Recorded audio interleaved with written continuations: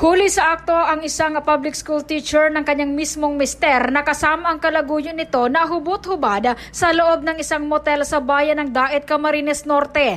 Ayon kay Police Lieutenant Arnold De Jesus, hepe ng Daet PNP, sa panayam ng Brigada News FM Daet, personal umanong lumapit sa kanila ang mister na kinilalang si alias Henry ng bayan ng Talisay alas 10 ng gabi. Sa laysay ni mister, nakita niya ang kanyang misis na pumasok sa isang hotel at dala pa nito ang motorsiklo. Dahil dito, bandang alas 10:45 ng gabi, agad na nagkasa ng entrapment operation ng operatiba at pagdating sa lugar, kinausap nito ang caretaker ng hotel sa Governor Panotes Avenue sa Mercedes Road.